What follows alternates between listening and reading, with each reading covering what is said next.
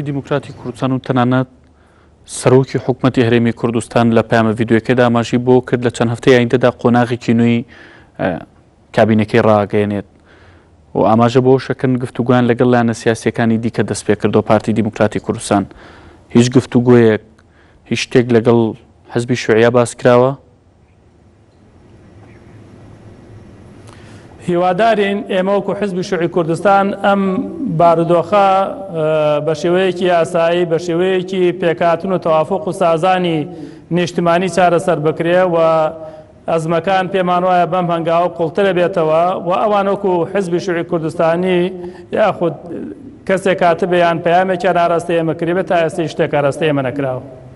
باش لەم دۆخەیە و لەم کاتەیە حزبی شوعی کوردستان لە کام بەرێ پێی وایە کێ لەسەر حەقا؟